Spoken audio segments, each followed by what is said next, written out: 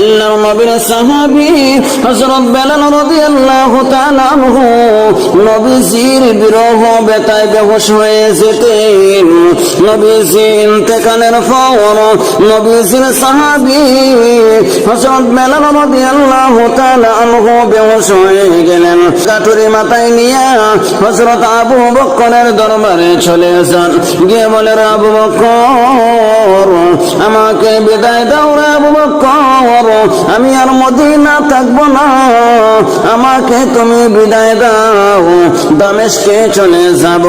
হযরত আবু বকর রাদিয়াল্লাহু তাআলা আনহু ডাক দিয়া বলেন, রে বেলাল, কিসের জন্য তুমি দামেস্কে চলে যাইবা? তোমার কিসের অভাব, কিসের অনটন তোমার রে বেলাল? যদি তোমার টাকা পয়সার অভাব হয় তাহলে আমরা বাইতুল মাল থেকে সরকারি ভাতা দিয়ে দেব, এরপরেও তুমি যাওয়ার দরকার নাই। হযরত বেলাল রাদিয়াল্লাহু তাআলা আনহু ডাক দিয়ে বলেন, রে আবু বকর, আমার কোনো টাকা পয়সার অভাব নেই, আমি টাকা পয়সার জন্য যাব না, আমি নবীজির বিরহ ব্যথা সইতে পারি না, আমি যে নবীজিকে আমার জানেন সে বেশি ভালোবাসি।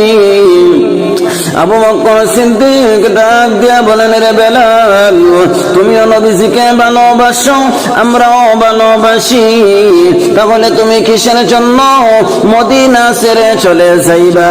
হযরত বেলাল রাদিয়াল্লাহু তাআলা আনহু ডাক দিয়া বলেন, রে আবু বকর, তোমরা নবীজির রওজা মুবারক দেখলে সহ্য করতে পারো, কিন্তু আমি বেলাল নবীজির এমন আশিক হলাম, নবীজির রওজা মুবারক দেখলে সহ্য করতে পারি না, আমার সহ্য হয় না রে আবু বকর, আমাকে বিদায় দাও।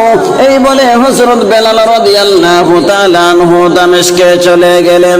দামেস্কে যাওয়ার পর অনেক দিন হয়ে গেল বেলাল মদিনায় আসে নাই।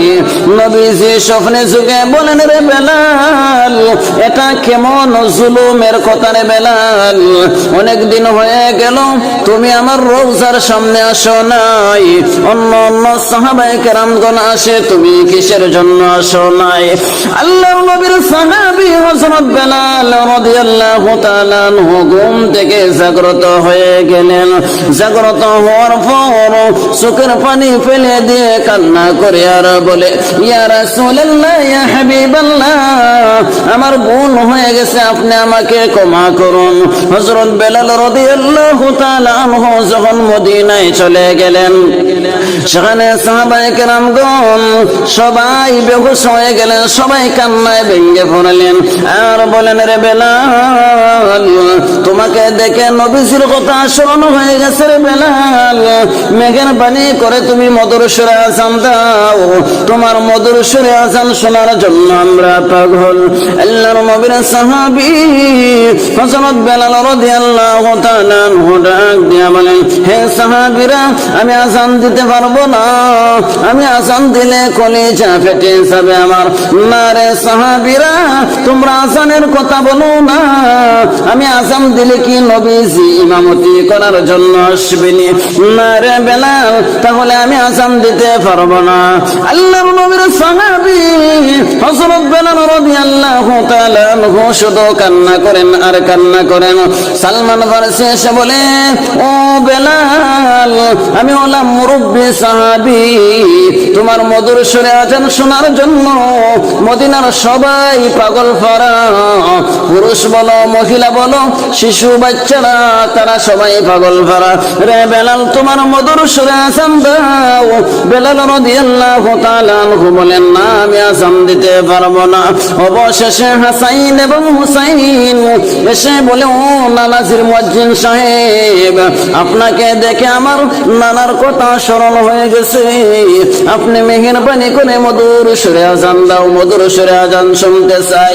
হাসাইন এবং হুসাইন যখন বললেন আযান দেওয়ার জন্য, আল্লাহর নবীর সাহাবী বেলাল রাদিয়াল্লাহু তাআলা আনহু আযান দেওয়া শুরু করলেন। যখন এই বাক্যটা উচ্চ উচ্চারণ করলেন আশহাদু আন্না মুহাম্মাদার রাসূলুল্লাহ, সঙ্গে সঙ্গে বেলাল রাদিয়াল্লাহু তাআলা আনহু বেহুশ হয়ে জমিনের মধ্যে পড়ে গেলেন। হুঁশ ফিরে আসার পর বেলাল রাদিয়াল্লাহু তাআলা আনহু ডাক দিয়া বলেন, সাহাবীরা রে, আমি নবীজির বিরহ ব্যথা সইতে পারি না, আমি নবীজির বিরহ ব্যথা সইতে পারি না, আমি নবীজির এমন আশিক, নবীজির নাম উচ্চারণ করলে আমার কলিজা ফেটে যায়। হে দুনিয়ার মানুষ, আল্লাহর নবীর সাহাবী হযরত বেলাল রাদিয়াল্লাহু তাআলা আনহু নবীজির কেমন আশিক ছিলেন। ওই বেলাল রাদিয়াল্লাহু তাআলা আনহু অবশেষে নবীজির বিরহ ব্যথা মেনে না নিতে অবশেষে আল্লাহর নবীর মহব্বতে, আল্লাহর রাসূলের মহব্বতে হযরত বেলাল রাদিয়াল্লাহু তাআলা আনহু কলিজা ফেটে মারা গেলেন।